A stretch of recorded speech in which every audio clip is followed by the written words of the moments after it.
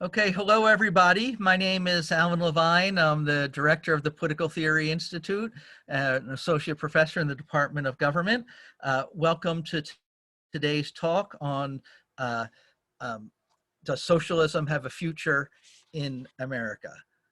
Did I just mute myself by any chance? I see a mute button. Did I? No, okay, great. Okay. So first, to people in the audience, I'd like to ask you to leave your cameras and mics off. We will be taking questions at the end. Please submit them through the chat function and submit to everybody. And please identify yourself by name and affiliation with your question. And it is our tradition to take student questions first. We'll include alumni in that. So students and alums, make sure you get your questions in. And a particular welcome to the students in SPA 29602, History in the Making, where our talk is one of the ones on that. Mark, yeah, thank you.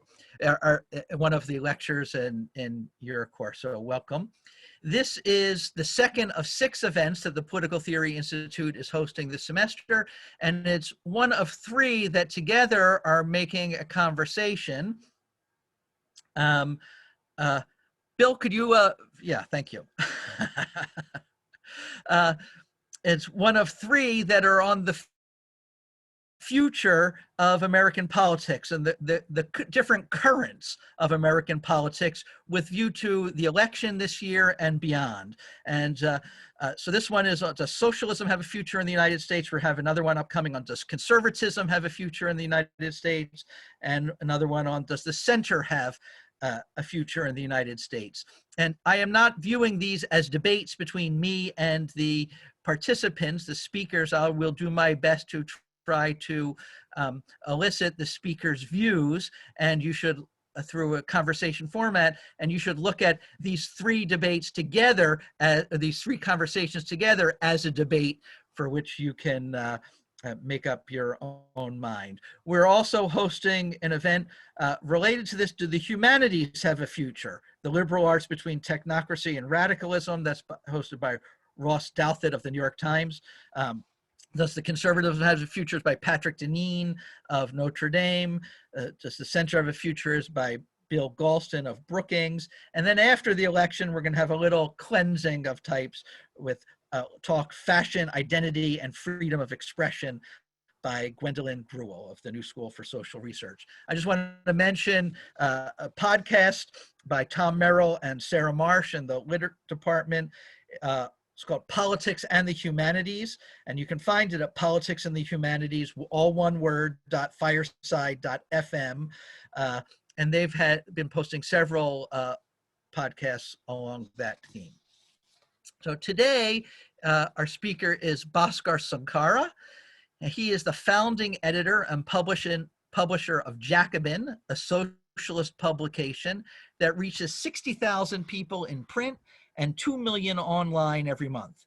He's also publisher of Catalyst, a journal of theory and strategy in the UK-based Tribune, as well as the author of the Socialist Manifesto, The Case for Radical Politics in an Era of Extreme Inequality. So Bhaskar, thank you very much for joining us.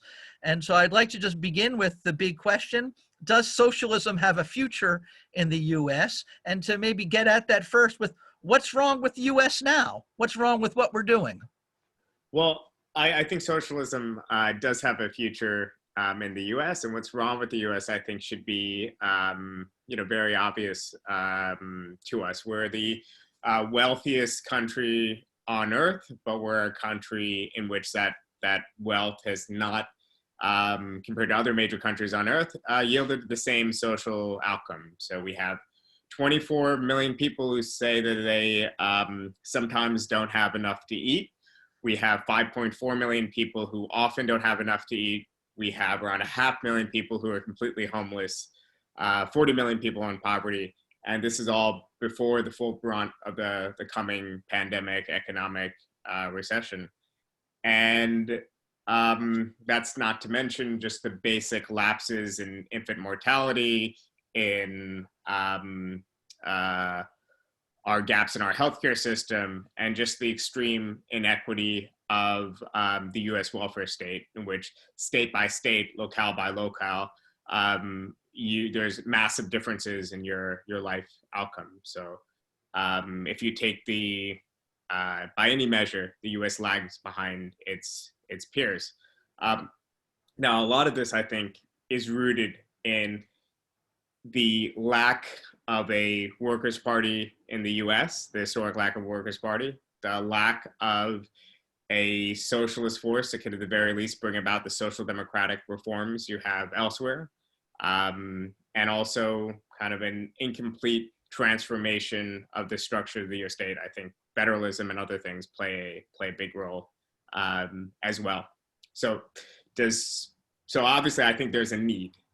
If not for socialism, then at the very least for social democratic reforms that can address some of the most wild disparities of wealth and power in the United States, and assure that at the very least, no one born in this country is doomed to a life of poverty or misery just because of an accident of birth. Now, does socialism have a future? I think at the very least, capitalism is built on a series of inequalities. I think that these inequalities will prompt some sort of resistance.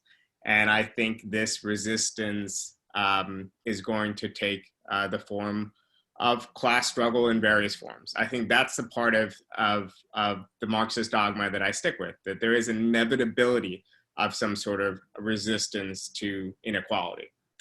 Now, whether this micro level resistance can ever amalgamate itself into something like a coherent socialist movement or a socialist party, whether it actually take forms that is productive to the left project, I mean, that remains to be seen.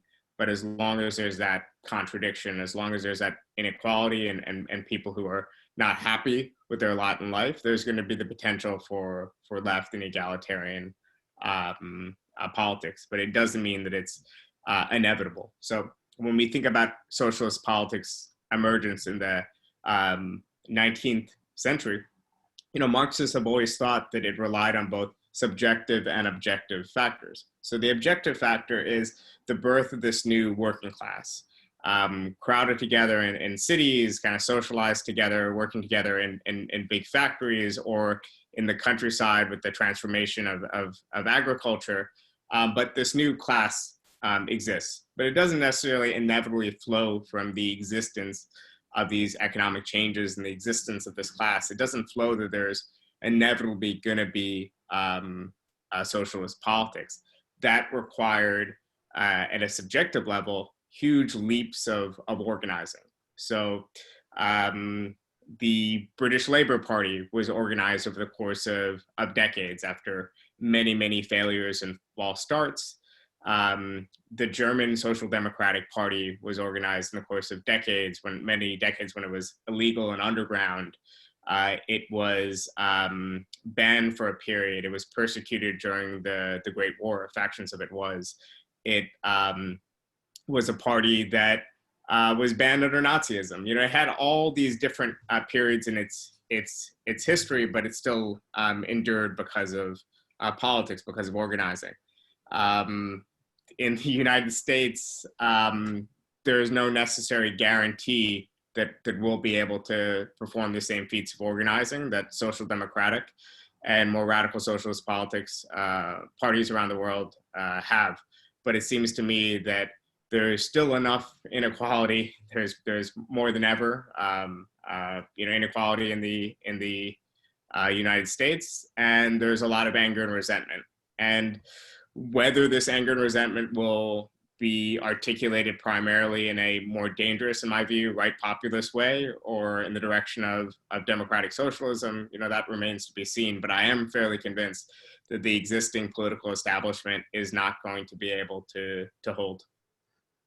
Yeah, well, there is a lot of anger in our country today, that's for sure. And in my 30 years of teaching American politics, I don't think I've ever had a class more than this fall down on America.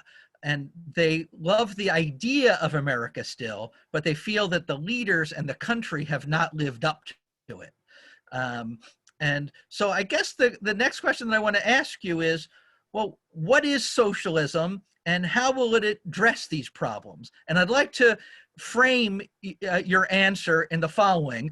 I'm going to assume by socialism, and I know this is the case, you're not talking about the Soviet Union or the Cultural Revolution in China. You recognize that those things were horrors and led to the murder of millions, right? You recognize that, Yes. right? Yes. Yes, okay. And so on the one side, you're not talking about that stuff. You're not talking about the horrors of real world, the worst of real world communism. But on the other hand, what's the difference between the kind of socialism you're in favor of and big government liberalism? Yeah, so I think for my definition of socialism is a society in which the democracy that we currently do enjoy at a political level is deepened and expanded to social and economic spheres as well. So if you think of democracy as a good thing, voting every 2 years, every 4 years, you should believe that democratic rights should hold sway when we're in our workplaces from 9 to 5. And even if we need a competitive market, and even if we need divisions of labor and certain forms of hierarchy, that these hierarchies should be held to democratic account. So I would like to see worker-owned workplaces with elected managements, for example. I also think that certain things should be guaranteed just by virtue of being born. So, for example, every mainstream American political figure would probably agree that people have a basic right to literacy. They would probably believe in, K through 12 education being provided. So a socialist would obviously not dispute that, but we would say, well, what about a child's ability to have access to nutrition, a child's ability to have access to a decent roof over their house, and so on? Is there not certain spheres of life that we shouldn't hold hostage to one's ability to pay, but instead should be guaranteed to people just by virtue of being born? So a combination of the expansion of democracy in the private sphere, the places of production, and also the expansion of basic rights to social goods in the public sphere, I would define as a socialist society. How is it different than big government liberalism? Well, it depends how you define big government liberalism, but I think social democracy is not an entirely different thing than socialism. It puts us on a path where we can envision deeper, more radical democratizations and decommodifications. So, in other words, if you're fighting for something like Medicare for all, you're fighting for the decommodification, the taking out of the market of a whole sixth of the US economy. You're fighting for a radical change, at least in that sixth of the economy. You're fighting for something that I think is a goal that all socialists would advocate for.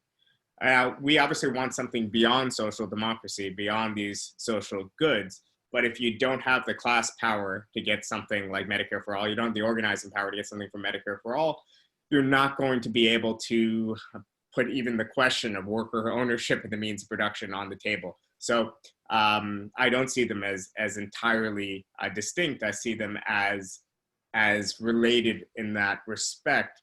The key difference would be how we interpret the role of private capital and private capitalists. So even if we manage to, within the confines of capitalism, get enough doses of socialism that we have, let's say, the welfare state they enjoyed in Sweden in the 1970s, the very existence of private capitalists will make it very difficult to sustain those things. So private capitalists might be willing to put up with an expansive welfare state, which makes workers bolder and more willing to press for more militant demands, and also places more of a burden on them in certain other respects in good times. But what happens in a time of crisis?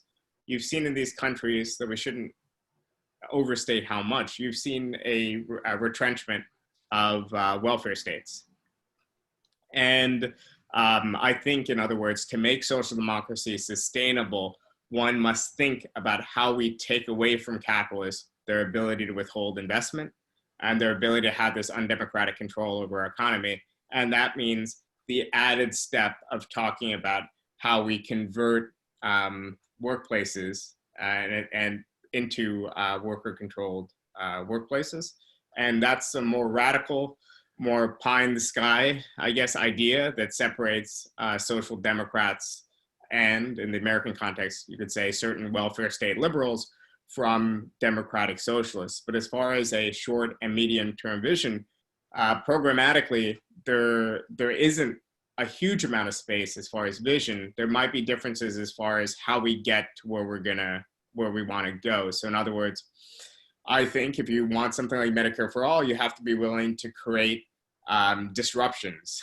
You have to be willing to impose a cost on capitalists for not giving in to your demands. You can't really sit down at a table with the leading captains of industry, with the state, and with trade unions and hash it all out. So there obviously is some tactical differences as well.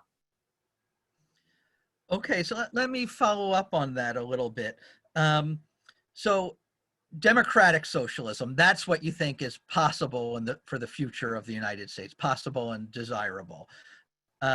And there's two parts of that I heard, and one has to do with, I guess, centralized government control, such as Medicare for all, and the other part was worker-owned workplaces. But if the government and private capitalists are the problem, at least, so if there's going to be worker-owned workplaces, isn't that at least in tension with the idea of centralized control of things like Medicare for all and all the goods that you think that every human is entitled to?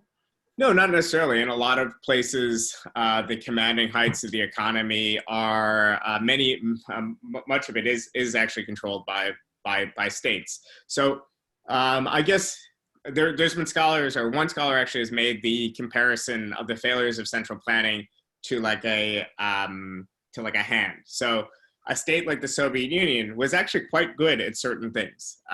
It was quite good at producing lots of T-34 tanks during World War II. It was quite good at mass vaccination campaigns. It was quite good at providing basic levels of education. In Cuba today, they're quite good at providing healthcare despite limited resources to its population. So those are thumb things, right?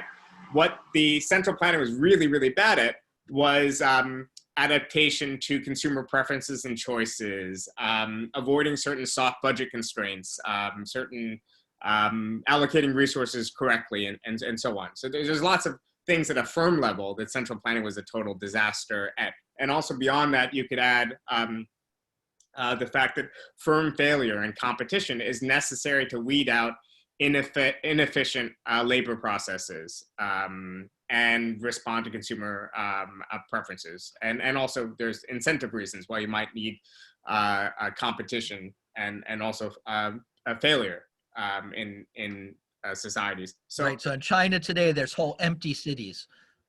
Yeah, I mean, China today is I think something entirely different. It's state-managed liberalism, where at the commanding heights, they actually do have a lot of state involvement in planning and directing the flows of capital, but there's still lots of activity by autonomous private capitalists in the same way that in the French planning regimes, in the developmental states, in Taiwan, South Korea, you had a big state involvement too. So I think there's certain things the state can do great. Even in the US, I mean, it's chronically underfunded, but the VA is a massive institution that delivers healthcare directly to our veterans. We have the US Postal Service, which is actually an incredibly well-run institution that is actually, despite what you might hear from conservatives, is actually profitable as both as a state-managed enterprise. So I think there's certain things the state can do really well, and we would want the state to do. Because in fact, we might want to mandate that, hey, I have a stamp here that costs 50 cents, and I might need to mail someone in Anchorage a letter. And that stamp should work to get to Anchorage the same as it would down the street to get to Boston. And those are things that we want the state to do. In the same way that if Alan, I would assume you're a little bit older than me. I wish you long life and good health. But I imagine that if an insurance company is creating kind of a table of whose healthcare is going to cost more the next 20 years, it's going to be your healthcare than mine, God willing, for me, I guess. But, and that's something that, should you have to pay more out of pocket than me? Well, I would say that no, because your health is something that shouldn't be dependent on your ability to pay. Everyone should get the kind of healthcare they want. That doesn't make sense with the rationale of the market. But there are certain spheres of life where we do, in fact, at least want the guarantee. The housing market, maybe under socialism, I think the housing market should still exist in some forms. Housing is an inherently unequal product. There's different preferences for locations and views and whatnot. So in that case, a state guarantee might mean something like, as a last resort, or just as the option, people have access to high quality public housing.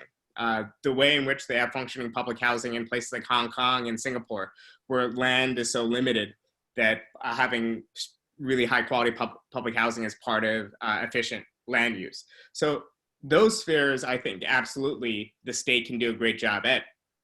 In other spheres, I do think there'll be the need for variety and competition and whatnot. And that's the bulk of the part of the economy that is creating value. So I think, in other words, there needs to be a role for profit under socialism. I think, though, that... Elaborate on that. So a role for profit under socialism. So in other words, when you think about what capitalists do today in our current society, it would just be purely demagogic for me as a socialist to say capitalists are just parasites, right? Because capitalists perform a vital function in our society today. They create new firms through taking entrepreneurial risk, and they perform, especially in smaller businesses and whatnot, they perform a valuable managerial function. So they convene labor, they convene the factors of production, and that's absolutely socially necessary. So obviously, certain capitalists are totally rentiers, they're just living off interest or whatever else, but a lot of them are productive. The socialist argument isn't that they're absolutely useless. The socialist argument is that their functions can, in fact, be socialized. So at a large, complex workplace, most of the day-to-day work is being done by a board anyway, or by a layer of middle and upper managers who are hired and selected. So even if we were to say that there's still a necessity for a division of labor, which I think that there's absolutely going to be a necessity for a division of labor, why not have this board be elected by the workers who work at the firm? And also, you might say, well, that might create certain problems that workers want lax management, right? They don't want to be managed. It's pretty natural to not want someone breathing down your neck. But in this case, instead of just getting paid a wage, workers would be paid a dividend based on the amount of money a firm is earning. So that right there is a built-in incentive to keep working productively. Obviously, there needs to be state regulation and oversight.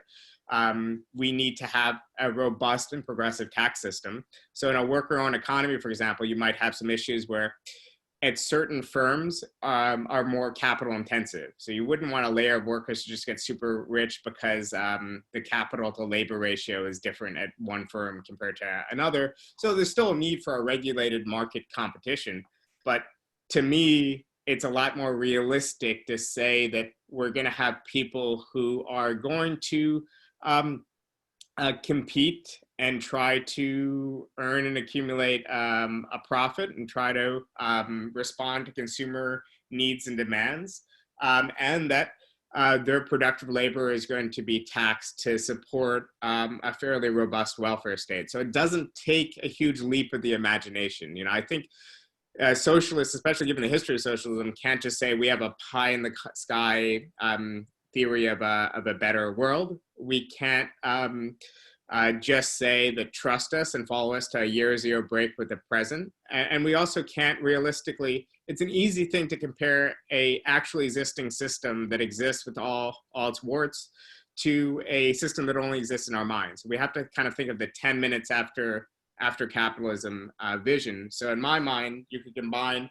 the most robust welfare states, a slightly improved Sweden of the 1970s, or as Irving Howe put it, a slightly idealized and improved Sweden of the 1970s, and then combine that with what we see in Mondragon, which is the sixth largest company, I believe, in Spain, a worker cooperative complex. So I think the insights of social democracy, the insight of the cooperative movements provide a view of what a better society after capitalism would look like.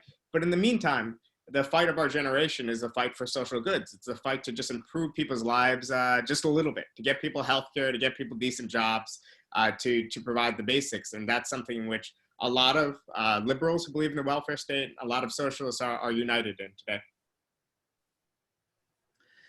Great. Let me ask you about worker-owned workplaces a little bit more. And you said worker-owned. You didn't say worker-run. And I just want to be clear about that. So you did refer to companies having boards that make most of the decisions, not the simple single owner, let's say. No, I mean, it'd be worker, yeah. In my vision, it would be worker run in the sense that election managers are elected. I think in small firms, you could probably have forms of more direct democracy or more frequent elections or whatnot. But in large firms, I think you just it would just be a democratic mandate on the basis of a representative democracy with a right to recall or something like that. But the idea, you know, a new manager can't be picked every day, and there needs to be clear lines of accountability. And one way to put it is this: some hierarchy and some division of labor, I think, is absolutely necessary in a complex society. The question is that hierarchy going to be held to democratic account or not? And is there going to be rules in which that hierarchy can govern? Today in the US workplace, your workplace is a dictatorship in most places. You don't even have a union. You have no democratic recourse. You are subject to at-will employment and the rest. It doesn't mean that there shouldn't be basic productivity standards you should be held to, and there shouldn't be benchmarks, and there shouldn't be supervisors, and there shouldn't be a division of labor. But it does mean that we can imagine a more democratic system, and also probably could imagine ways to erode that hierarchy somewhat through job rotations and things like that. You know, every manager who's elected should have to have spent some time maybe on the shop floor on occasion, and shop floor workers should learn the basics of management. And you could probably do that in a way that doesn't actually negatively impact productivity, because maybe in our current firms, some of those low-paying jobs have very high turnover. Maybe if they were paid better and there was at least the prospect for mobility, maybe people stay longer, become more skilled in the jobs and whatnot. And like, take a place, for example, Apple Computer. Steve Jobs was a kind of tyrant there, insisted on certain things that a lot of other people didn't understand. So should his decisions be subject to democratic accountability within the workplace? Yeah, absolutely. And people will learn to make different trade-offs. In other words, it might be that the particular role of Steve Jobs was so revolutionary that despite his berating or whatnot, it really propelled Apple. But you know, that decision to keep Jobs or not, I would get very wealthy if they had a more efficient CEO or a more efficient managers. But chances are, I think sometimes we overstate the extent to which history or of both society as a whole or individual corporations are shaped by just one or two people. In my mind, some of the greatest CEOs are the people where, you know, they could go away, and because they've created efficient structures and because they created an institution that could reproduce itself, you know, no one would really notice. And some of the most famous CEOs, the people who we know their names, are kind of self-aggrandizers who are making erratic decisions and who you really think were really important because after they go away, everything goes to crap. You know, that's kind of the legacy I think of Jack Welch at GE and elsewhere. But I do think that's a choice people should take. The style of management, its results. You know, these are all decisions, and obviously, in the case of Apple, a board of shareholders did make that decision. They ousted Steve Jobs before. They brought him back. You know, I don't know the exact history of Apple, but you know, I think he was ousted at some point in the 80s. But my point is that decision should be made by still by shareholders, but by workers who are the shareholders who get not a regular wage, but a dividend for their efforts, or perhaps a combination of the two. Okay, slightly new direction. Is the Democratic Party shifting in your direction? I think the Democratic Party is definitely subjected to a lot of pressure from the left. I think there's a whole new generation in the U.S. that are angry and fed up, and definitely we're very drawn to the politics of figures like Bernie Sanders, like figures like AOC. So in that case, yes, I think there's definitely more room on the left in the Democratic Party. The problem is the broader process of class de-alignment, the fact that a lot of working class voters are either no longer voting for the Democratic Party, mostly because they are just dropping out of the political system entirely.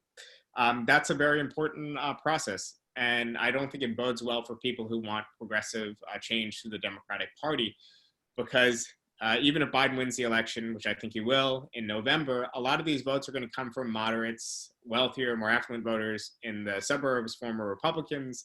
And I think we'll have to see whether there can be the type of Democratic candidacy in the future that can bring back these particularly non-college educated, working class whites and others into the party, but also get a lot of other people who have never really been engaged by the political system, disproportionately people of color, disproportionately young people, who've, at best, the appeal the Democratic Party has given them is we're not Republicans. And I think we, on the left, if we're to achieve any sort of social democratic program, we're going to need a working class constituency to build it.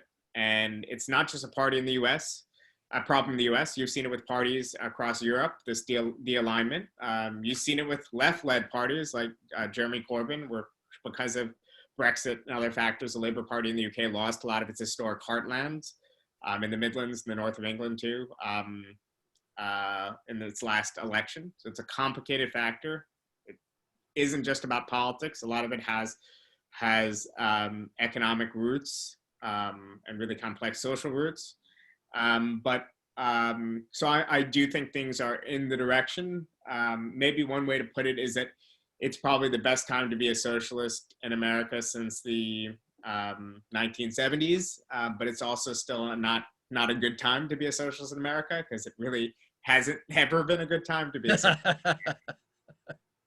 Okay. How do you explain the Trump phenomena, both his support and his success? Is it economics? Is it racism? What? Well, I think it's a little bit of everything.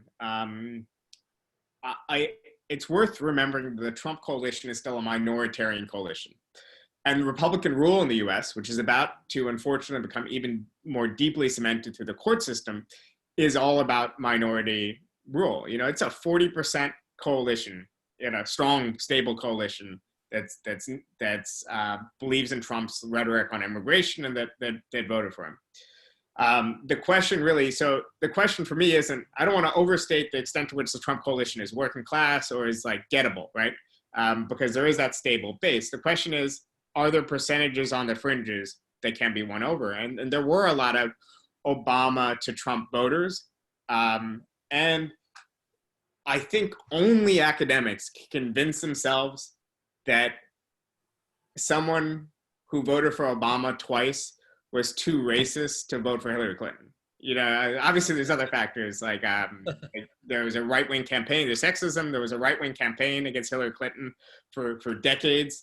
I think there's plenty of real reasons to dislike Hillary Clinton, But in fact, a lot of the right was galvanized by these conspiracy theories and other things about her record. And also, Trump did make some populist appeals, particularly to voters in the upper Midwest. You know, it might have made a difference. In this close of election, it definitely did make a difference. He didn't come through with his populist promises. I think that the uniquely difficult situation that Hillary Clinton found herself in as a result of that really long-standing right-wing campaign, and also I think her own failures as a campaigner and her own failures of her campaign meant that Trump won what was essentially a fluke election. But the real worry is that right populism isn't a fluke, even if Trump's particular election was. Trumpism is going to be a much harder thing to defeat than Donald Trump, who I do think is going to be defeated in November, at least if current patterns hold. This gets back to my other point. You could win an election the Hillary Clinton way, even 9 times out of 10, the election she ran, and you could win an election just trying to win over affluent suburbs and by presenting yourself and kind of engaging in a culture war with Republicans and galvanizing enough voters who know that Republicans are going to make their lives a lot worse. And certainly, if I was in a swing state, I'd vote for a Democratic presidential candidate without a doubt, because Republican candidate is worse. But you're not going to be able to galvanize a new constituency and voting bloc with an appeal that essentially just boils down to, we're not as bad as the other guys. And the reason why this is important is that you might not need the new constituency to win an election, but you do need it to transform politics and to erode the very ground upon which right populism stands. And that's why the left is so important, because now, at least through Bernie Sanders, and through the broader currents of democratic socialism and elsewhere, we might be small, but at least now there's an anti-establishment force in the US that is not right populism, that is not Trump. And obviously, I think it's pretty plainly obvious that if you are concerned with certain things in the US, like, for example, the fate of democracy, like authoritarianism, like racism, like nativism, then you'd be much better off with our brand of anti-establishment politics than the really odious and disgusting politics of the far right.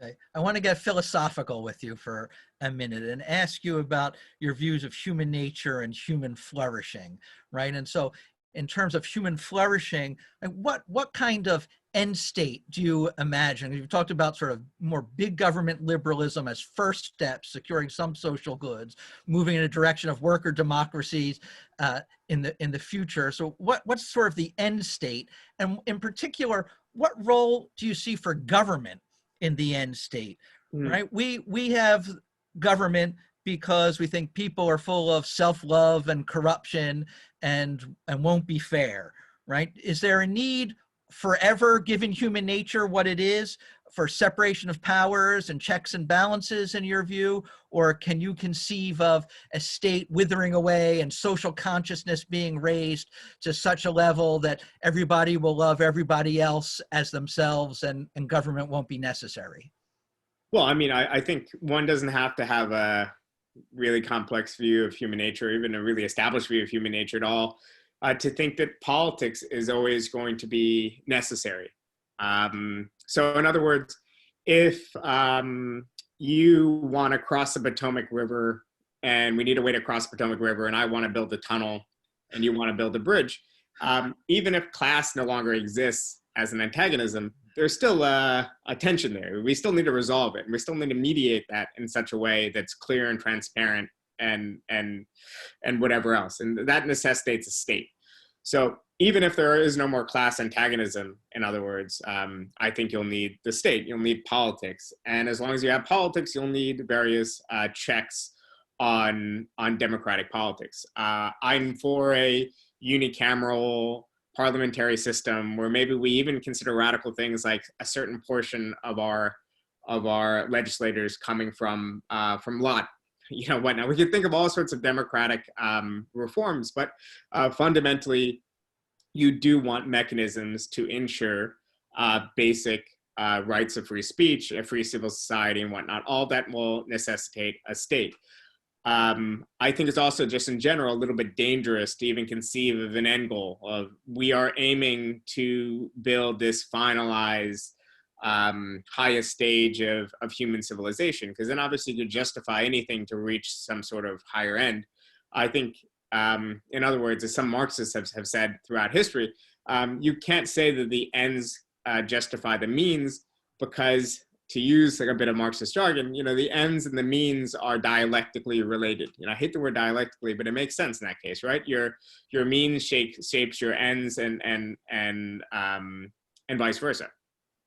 So, I think that there's definitely a permanence of politics, and politics isn't just about class antagonism. So we'll always need some form of politics, and also along the same lines, I don't like the idea, or I don't use the term bourgeois democracy to describe a lot of the structures and rights we enjoy today, because these are rights and structures that came in part because of popular pressure and because of the workers' movement. And more generally, a lot of these rights and beliefs were endowed through the struggles that came out of the Enlightenment.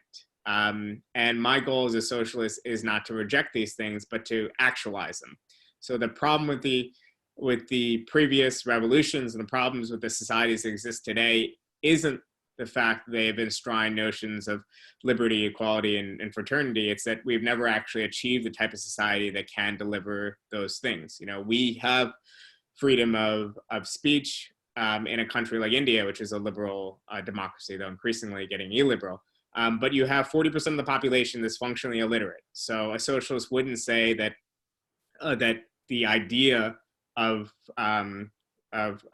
free speech and a free press is bourgeois nonsense. What we would say is that in order to actualize it, to realize it at a higher level, you need guarantees that people can be literate and can reach their potential in that direction. But in other words, I'm uncomfortable with talk of a final completed end product. That's up for future generations, but there will always be the need to mediate our disputes through the means of a state.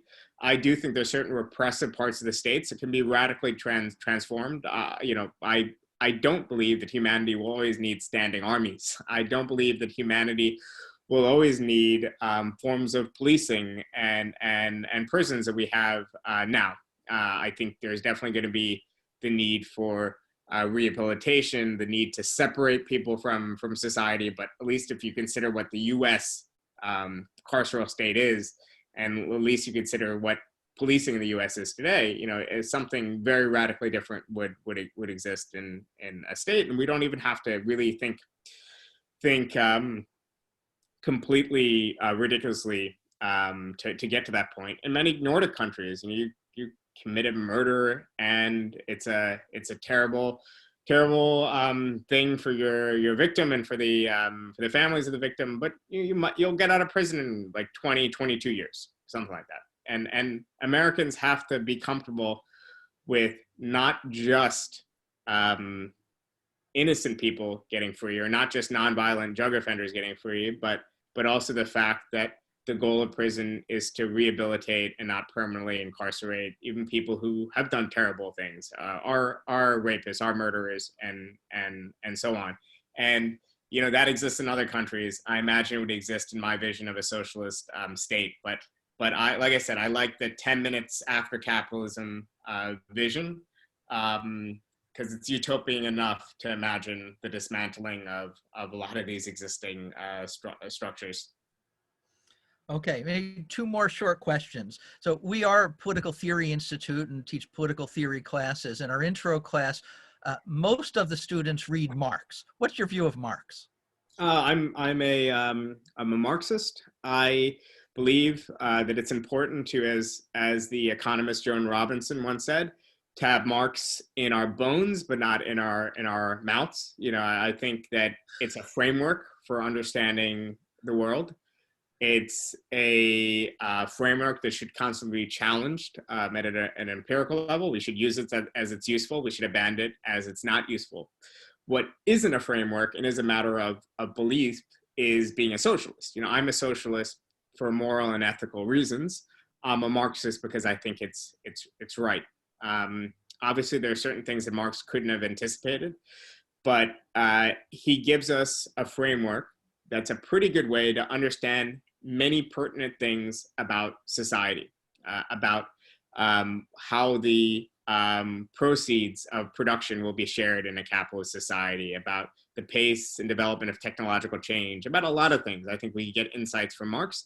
We can't learn other things from Marx. We can't learn about, as a friend put it, the sex appeal of blue jeans from Marx. We can't, learn. We certainly shouldn't try to learn about agriculture from Marx. That didn't work out very well in the Soviet Union. There's been all sorts of applications of Marxism into a rigid dogma, into a science that can explain everything, kind of a dialectical materialism as it was employed in state socialist countries that are nonsense. But as a basic critique of capitalist political economy and way to understand it, I think it's without comparison. But Marx thinks that after the revolution, the state won't be necessary, politics won't need to exist, there will be a fundamental psychological transformation in people's minds, right? I actually disagree with that interpretation of Marx. So in the first part, yes, obviously. Marx, in his just fragments, just little sketches that he wrote of the communist future, the highest stage of socialism, definitely believed in a society, you could say, that's without a state and without antagonism. But I don't think he believes that it's fundamentally because of a psychological change in consciousness so much as a state of hyperabundance. So one way to put it is this: if you're a person living in a desert society, like you're a Bedouin or something, you have for many generations fought wars over wells, over access to water. And you think you made marriages over water,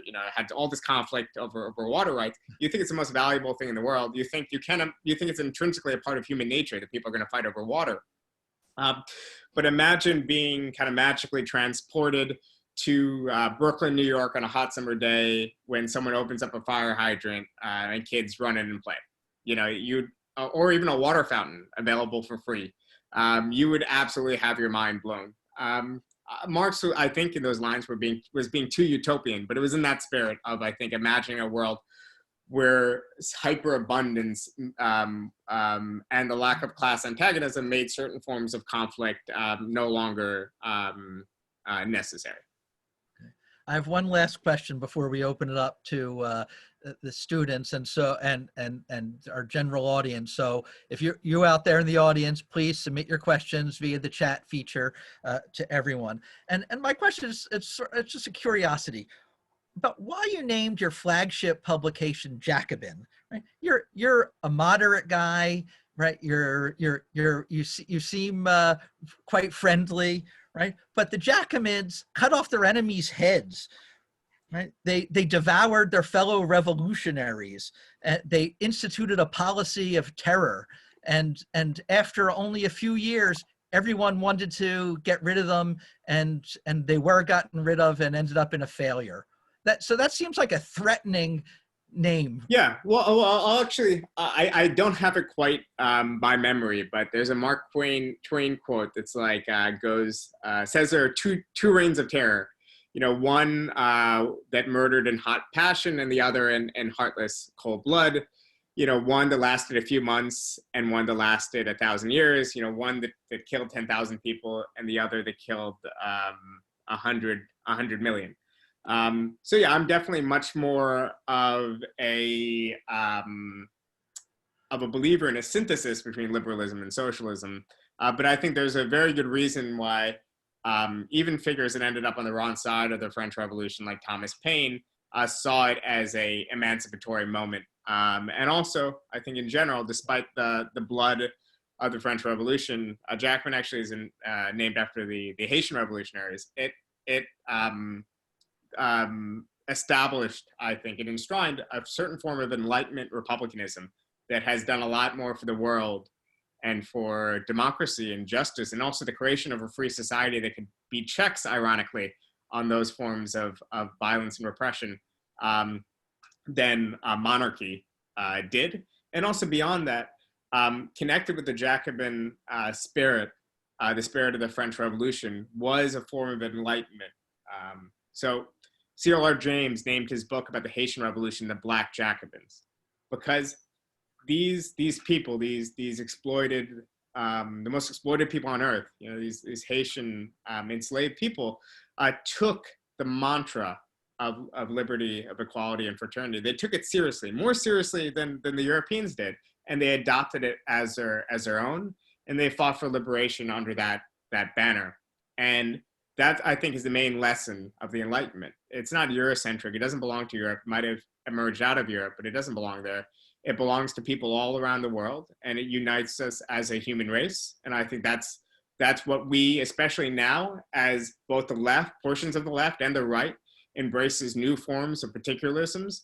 I think the title Jacobin is a reminder of something far greater, far more universal, and our future as a species and as a civilization.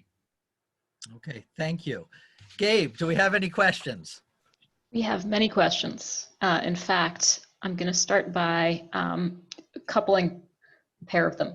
So Richard Lycan asks, is not the Democratic Party the Workers' Party? So that's pretty simple. And I thought you might also like to address Chris Burning, freshman in poli-sci at American University.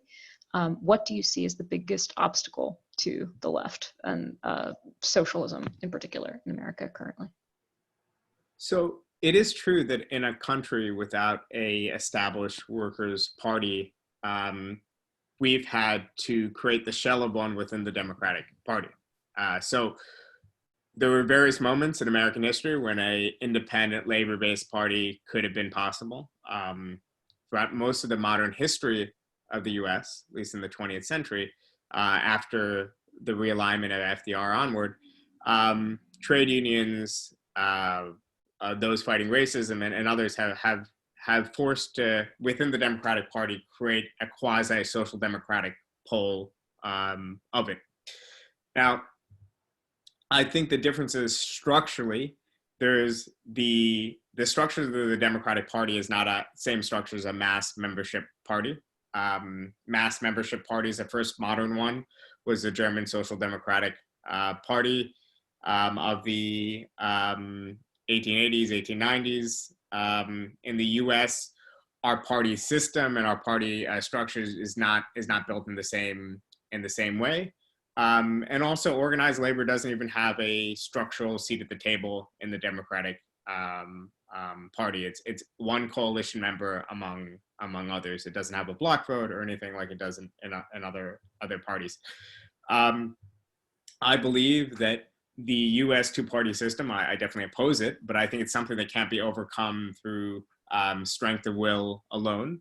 And that the best route for socialists is running open socialists and other people committed to what I guess you could broadly call Bernie-crat agenda through the Democratic Party, primarily.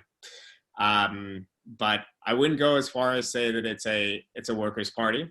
I do think that historically, those on the left, those in the workers' movement, have tried to realign it and have reconciled themselves to working within it. I do think that even if one was to pursue that strategy, the most important thing is to maintain an independent profile. So we don't want the only anti-establishment force to be on the right. We've seen historically, since the populists of the 1890s onward, the way in which the Democratic Party has subsumed social movements and co-opted them. And I think it's really important that the opposition on the left exist and not be fully entwined with the Democratic Party, even if it has to tactically vote at times for bad Democrats to get even worse Republicans out of office. The biggest obstacle, I think, to the left and socialism in the US is just simply the fact that we have not accomplished anything recently for people. The best way to build a constituency is to actually deliver the goods. And our key legislative priority, like I said, should be Medicare for all. It's popular. I think it is achievable at the national level. If democratic socialists and other leftists are associated with the people who are considered the people who brought that into being, who created this universal program that's benefiting millions of Americans, I think that will do a lot great for our reputation. But our biggest obstacle since our inception has been how strong and how coordinated the capitalist class in the US is. and how difficult, because of our political system, it is to make change. But at the very least, delivering some of the goods as far as expanding our welfare state will go a long way to make it a relevant thing for people. You have to start delivering bread and butter things. You can't just be a pole in a discourse or in a culture war. You know, you have to do something tangible for people. Gabe? All right, thank you. And next we have Whitney Powers, an EU undergrad, who asks, with socialism being a trigger word with conservatives, how should we go about changing the narrative and calming some of the fear that has been spread? And Kayla Bowman similarly asks, what causes the people of a country to turn to radical right-wing solutions rather than socialist or Workers' Party solutions when faced with some of the challenges of today? Is there a way to redirect that? Yeah, as far as Whitney's first question, I think actually the way in which conservatives have used the socialist boogeyman has worked to help socialists and undermine their usage. So they've called every single mild redistributive thing since at least 2008, even things that Obama did, something like Obamacare, which was actually quite criticized by most socialists, they called that socialism, to the point that I think people now largely associate socialism, or at least more associate it with Nordic countries than they do, or any kind of small change to the welfare state, than they do with gulags and bread lines. And I think that's a good thing for us. It's good. It's a far better a starting point. But for most Americans, I think socialism just doesn't matter as a label because it's not attached to anything. It has no tangible impact on their lives. Not a lot of people, I think, are 100% turned off by it. They might be in the abstract, but if you have a popular candidate, you have a figure like Bernie Sanders, and his core program is popular, and he just happens to be a socialist, you know, Americans are fine with it. But an election won't be won or lost just about the label. It'll be about the strength of the candidate and the strength of the program and how far it's connected. And I'm less interested in changing the narrative on socialism so much as connecting it with something good and tangible. And of course, the fact that socialists today are in fact small d Democrats, are in fact opposing forms of authoritarianism all over the world, you know, I think that does help our case and does change our perceptions in the world. And that was not always the case. You know, even some of the greatest socialists in American history in the 1930s who were associated with the Communist Party were fighting for to do things like organizing sharecroppers in Alabama and fighting for racial justice and fighting for union rights and all these other really admirable things. You know, they were associated with the Soviet Union and with forms of authoritarianism that definitely did not help our cause in the U.S. Gabe? Thank you. Owen Rosenberg asks, just wondering if you could elaborate on your claim that the Postal Service doesn't operate at a loss. Seems like it does by most measures. That's just a joke question, a light question. Yeah. No, I mean, so by every measure, including their own internal measures, the Postal Service has operated as a profit at a profit for most of the 5 years.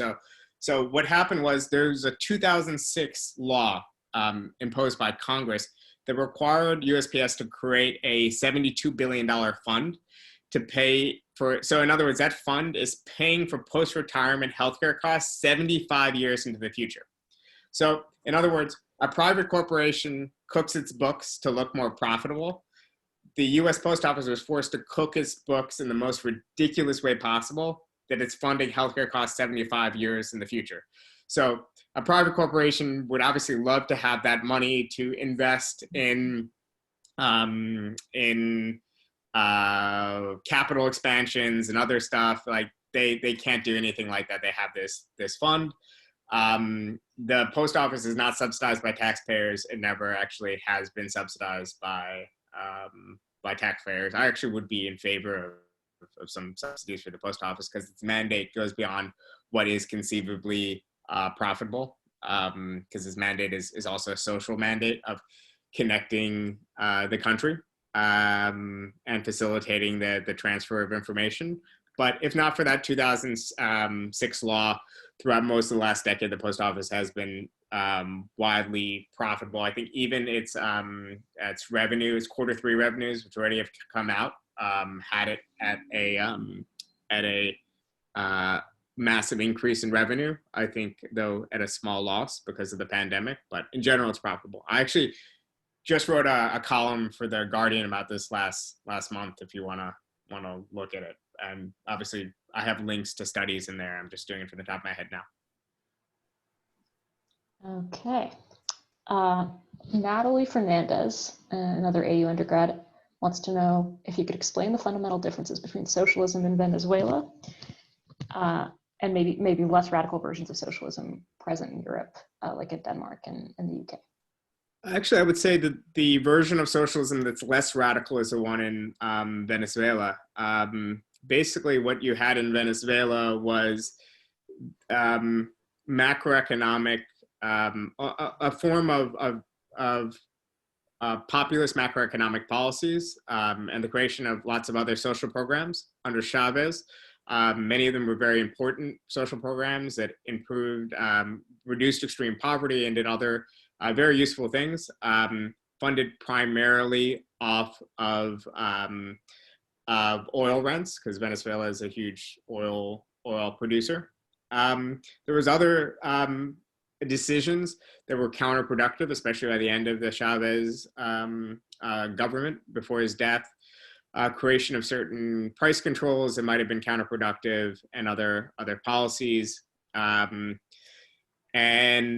After Chavez's death, with the drop in oil prices and with real macroeconomic mistakes by the government of Maduro, and with U.S. sanctions certainly haven't helped, and some of the actions of the right-wing opposition in Venezuela, it's created a very disastrous economic situation, and it's created a political stalemate in which multiple parties can claim democratic legitimacy, which is never a good thing for a country. Economic chaos and a kind of power vacuum.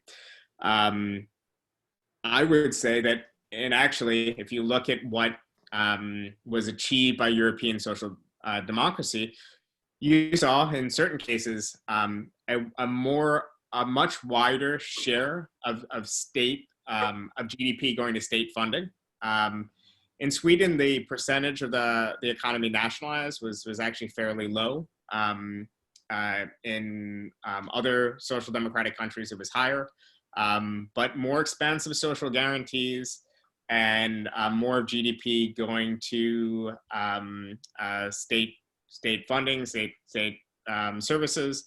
I think it's slightly a contrarian take, but I think you could say that in terms of its effects, European social democracy was more far-reaching and far more stable than the Venezuelan model, less far-reaching than the Cuban model.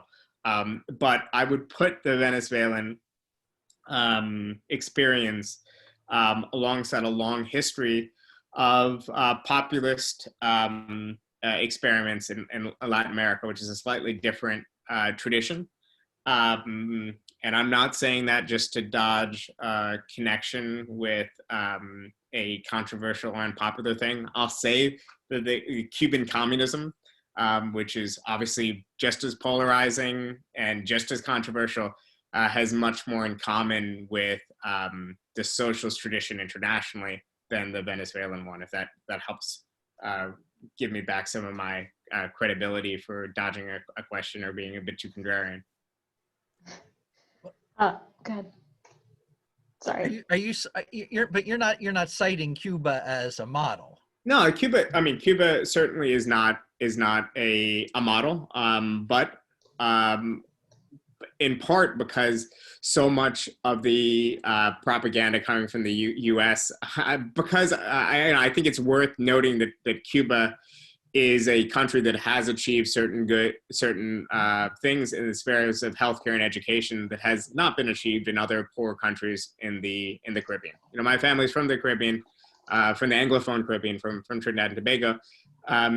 And certainly even in Trinidad, a country that actually shares some of the oil reserves with Venezuela and is a fairly industrialized economy, there are far more inequities in education and healthcare than Cuba, and hasn't had to deal with the U.S. embargo and blockade. On the other hand, of course, it's a country with political authoritarianism, with a lack of free trade unions and free press and all sorts of things. But it is, what I am saying is that it is more closely connected with the socialist experiments internationally than, let's say, Venezuela. You could also say the same thing about Stalin and his connection with European social democracy, because he was a part of the second international currents of social democracy that in certain countries gave birth to governing social democratic parties, like the one in Sweden, and in other countries gave birth to quite authoritarian governments. So it's not really a moral thing to say there's more or less of a connection, just kind of a historical or factual thing.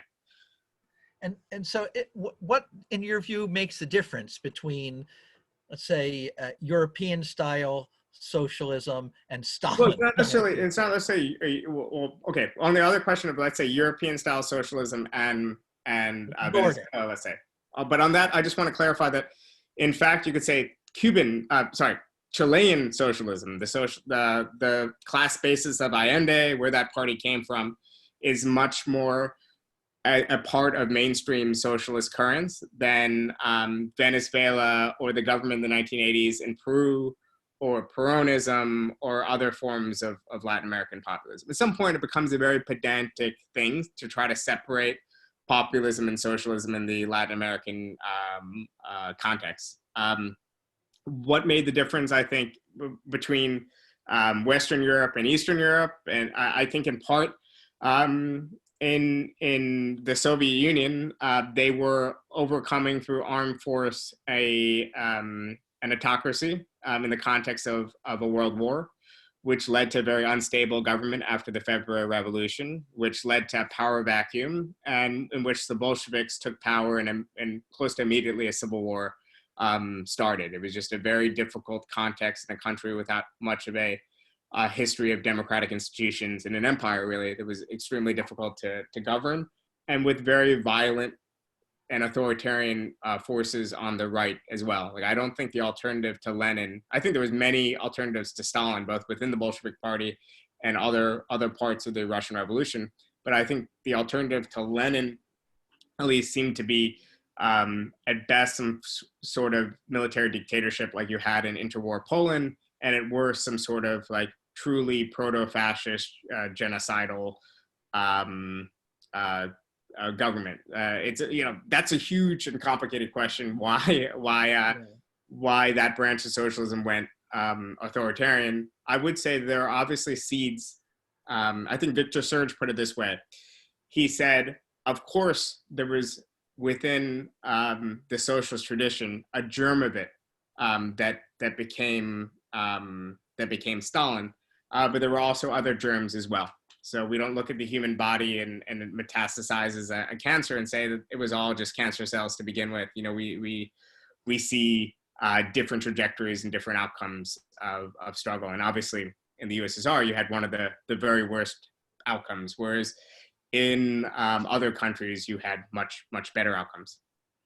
I'm the great-grandchild of Mensheviks who had to flee Tsarist tyranny. Oh, okay. Yes, I'd be with Martov if I was in 1917 Russia.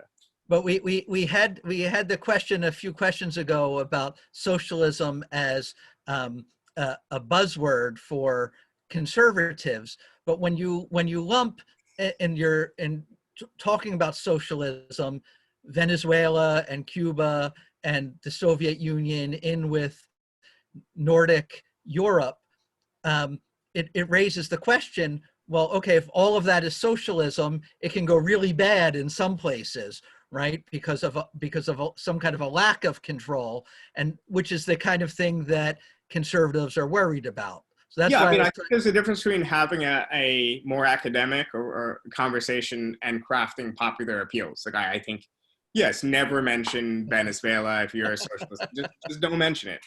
Don't mention, just there's certain, and if you're going to mention Venezuela, I think as a U.S. politician on the left, you should, in fact, you have a moral obligation to talk about the sanctions right now, which is not hurting Maduro, even if you're anti-Maduro, it's not hurting Maduro. It's hurting Venezuelan children who don't have access to pharmaceuticals and baby formula and whatnot. But I think if we're being honest about the roots of socialism, we'll see that obviously it's not just a complete fluke. There's germs and there's roots in any ideology, socialism and nationalism, any ideology that presupposes some sort of end goal that has that reading of history that can push it in an authoritarian direction. And the only guarantee of fighting authoritarianism, the only guarantee of freedom is having a free civil society in which people can organize and correct course and whatnot. And even that alone, of course, is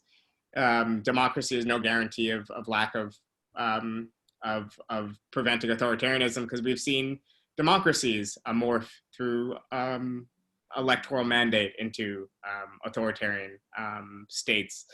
We've seen forms of nationalism become great anti-colonial movements and oversee national development programs, or we've seen forms of nationalism become fascism, right? So we've seen lots of different things throughout history when it comes to ideologies. But for the sake of popular appeals, yes, I think distance from these experiments would bode well, would be smart for politicians on the left. But intellectually, we can't say that these traditions are completely separate. They did have common ancestors, and then from there we need to analyze what went wrong and why, if we're serious about history and we're serious about the record of the broad workers' movement and socialism in particular. Okay, good. So if you're engaged in political socialism in this country, don't mention these other countries, but know that this happened and no, I mean, you can what went I'm wrong. just saying that, like, if you're a popular politician on a stump, like you're not going to start defensively. You're not going to start with, okay, Gabe, next question. Sure. So Farida Gavil, an AU undergrad, says, in your text, you reference the distinction between evolutionary and revolutionary change. Why can't democratic socialism achieve its ends through the former, through gradual and prudent reform rather than rapid and often violent change? Wouldn't this lead to greater social stability and be more in line with our human nature? Yeah, I don't actually think I draw a distinction. To the extent I would, I mean, I advocate in the book what you could call evolutionary change, not insurrection, which hasn't really been relevant in democratic states with high degrees of legitimacy for many decades. So I think, in other words, we need to take steps towards decommodifying large chunks of our economy and creating, at the very least, a baseline of social democracy. Now, I do think that it will take some sort of rupture with the status quo to get capitalists to go from their position of extreme ownership to even some sort of like paid peaceful expropriation. But fundamentally, that would happen with the democratic mandate. I think representative institutions, parliaments, things that exist across the world shouldn't just be erased overnight. There should be no year zero break with the present. I think that, in other words, the change we want to achieve will come through social democracy and through the fight for reforms. I'll use a terrible football analogy because football season just started. Social democracy gets us into the red zone. Socialism to me is not a different field. It's just getting in the end zone. Okay, so we have about 15 minutes left. We're going to open it up to questions beyond students. I think there's 4 that we'd like to get in these 15 minutes, beginning with Bill Galston, who is our speaker on Does the Center Have a Future on October 26th. So what's Bill's question? I'm happy to read Bill's question. So Bill says, To establish a baseline, the Democratic Party hasn't enjoyed stable majority support from the white working class since 1968, when the issues of race and law and order led some of them to George Wallace and others to Richard Nixon.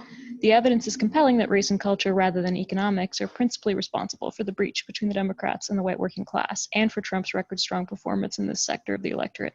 What makes socialists believe that race and culture are subordinate to economics? To use the traditional jargon, that economics is the base and other matters are the superstructure. Well, I don't think you have to dogmatically kind of use the base and superstructure framework to come to these conclusions. But I mean, I have a, it's hard to engage with the question because I have a different factual baseline, which is that the realignments of the Democratic Party happened later, again, much of the shift being less a shift from Democrats to Republicans and more the dropping out of large segments of the electorate. And I think a much better, obviously race, law and order issues are all factors. But I think a much more compelling analysis would be one that foregrounded the economic shifts within the United States at the time. So throughout the 70s and 80s, the shifting of American manufacturing from unionized areas, today what we would call the Rust Belt, some being offshored, but a lot of it being either automated or moving to the South. The weakening of that kind of union bloc, the weakening of social bonds tied with the onset of neoliberalism and with more precarious work for these areas, lack of participation in civic institutions. I think all these things weakened the Democratic Party's hold on these voters. Yeah, so I think those are just more compelling explanations for what happened. The Democratic Party is still a party that has large degrees of working class support.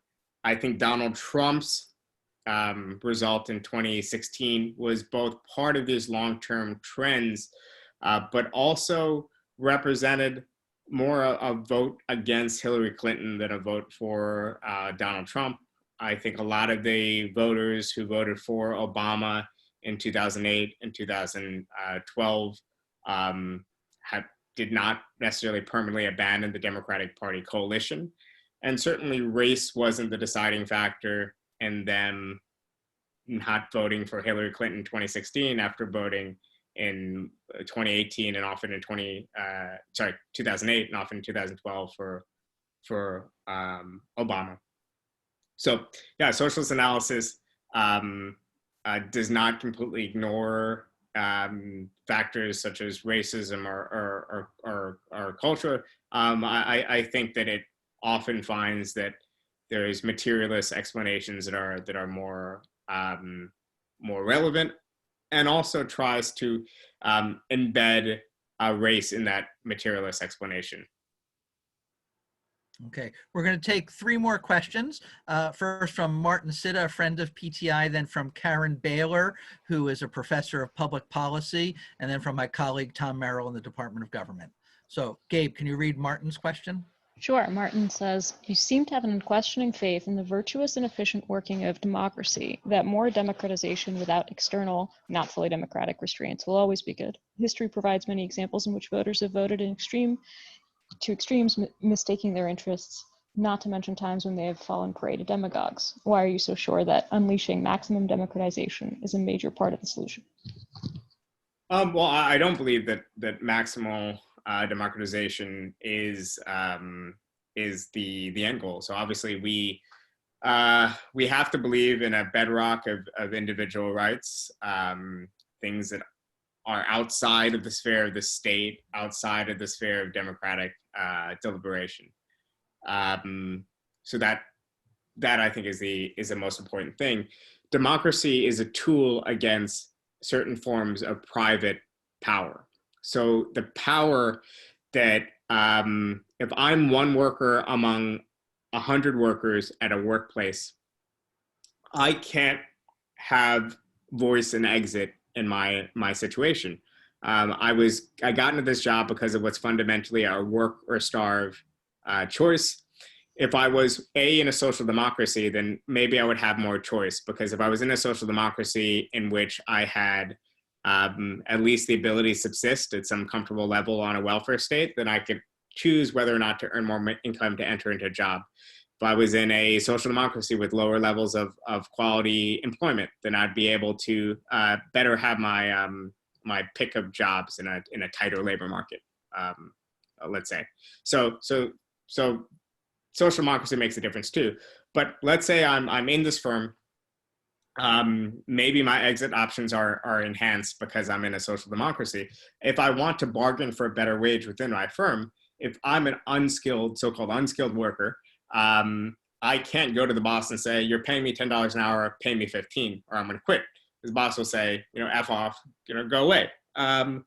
But I can get together with 30 or 40 of my coworkers, and I can form a union, or I can collectively bargain or demand wages. So this democracy right here is restricting the freedom of my boss to decide what to pay me and other workers and have these negotiations. But it's expanding freedom for this majority of workers to influence their pay, and also to set certain limits on their exploitation. Maybe I'm only going to work for 7 or 8 hours a day instead of 10 or 11 hours a day. And what I do in those extra 3-4 hours is now my domain. It's free domain. So that's my view of the power of democracy. It allows more freedom, more choice for the majority, at the expense of the minority. And freedom is the main aim, not democracy. But freedom is a trade-off. So in the traditional kind of Hayekian discourse, you would say that for socialists, the trade-off is between equality and freedom. I don't think that's the case. The trade-off is freedom for whom? So in other words, a Nordic capitalist who has more restrictions on what they can do with their workplace is less free to do what they will with their private capital, this workplace that they own and the people they employ, than a capitalist in the US who has at-will employment and who has a lower tax rate. But by taking away some of their freedom, with more regulations, we're enhancing freedom for the majority.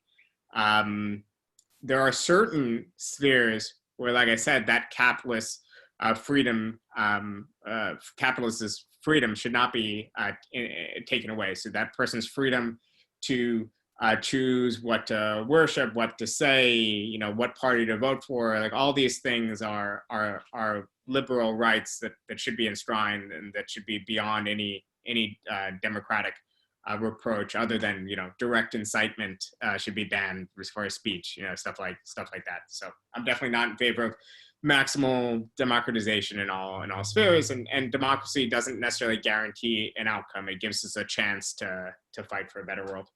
Okay, let's go to Karen Baylor's question. So Professor Baylor would like to know, what would a transition towards worker democracy look like in the US? Do you really think it's possible to redistribute vast amounts of wealth to workers, and how would that be done? Yeah, I think the first steps is workplace organizing, unions, and workers having more say over various parts of the production process. So if you look at social democracies with both centralized wage bargainings and huge roles for trade union federations, with worker participation over certain aspects of certain managerial functions, all these are shells, I think, of what a worker-controlled economy could look like. Because you had economies where workers were shaping the direction and nature of a lot of investment, and we're also directly shaping wage patterns. Social democracy in Sweden was not built by the state, and it was not built entirely by Swedish capitalists. It was built by the LO, really, and by the effects its centralized wage bargaining. But fundamentally, I think social democracy and a greater role for unions within capitalism puts us on the path for a socialism beyond social democracy. Okay, thank you. And now for our last question from Tom Merrill. Professor Merrill asks whether you think the rise of identity politics has been good for the left.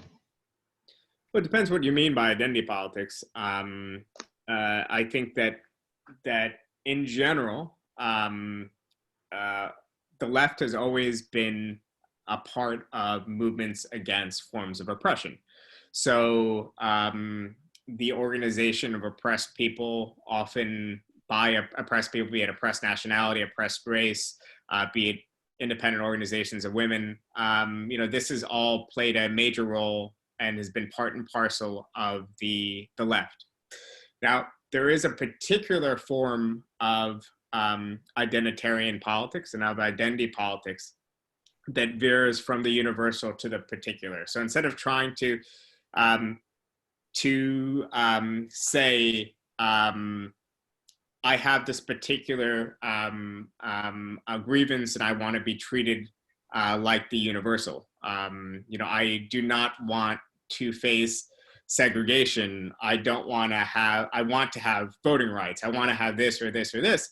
I think there is obviously currents that essentially embrace forms of cultural nationalism and other things that are particularistic and right wing in their nature, or at the very least are not compatible with the universal and emancipatory vision of socialism. And that I think in general there's been a overstatement of identity politics influence on the left. The most popular figure on the left today is Bernie Sanders, who pushed a broad-based universal demands and got disproportionately support from people of color and from young people. Even if you look at the mainstream Black Lives Matter movements and other things, these are movements that are fighting for basic demands like reforms of the police system, fighting against mass incarceration, saying that Black people shouldn't be brutalized disproportionately by police, that are part of demands that will improve the system for everybody. And I think that has been rightly embraced by a lot of socialists. But obviously there are other tendencies to say that, for example, I think at universities especially, there's a tendency to say, I as a X type of person can only talk about X, Y issue because it only affects my community disproportionately. And that is a bad way to do politics, and it's a bad way to think, and also it's just wrong. I mean, it's just wrong at the level of, I've never been homeless before. I've never had prolonged periods of hunger. I can imagine that being homeless and being hungry is bad, and I can participate in a movement that's going to eradicate homelessness and hunger. And I think in general, certain identitarian discourses and ways of thinking about privilege are the enemy of building these kind of coalitions for change. And the last thing I'll say is that, I think related to this is the concept of privilege, which has been used in a really unfortunate way on portions of the left, especially on campuses and whatnot, and that socialists have always acknowledged that certain groups, certain people are more oppressed than others, but fundamentally, to the extent we've acknowledged privilege, has been as relative privileges versus an absolute privilege. So, for example, if you're a Black worker, you might be experiencing forms of oppression that a white worker might not experience. But the socialist appeal is that is telling the white worker, you will benefit from our program. You'll benefit from Medicare for all. You'll benefit from a union. You'll benefit from a different trade regime.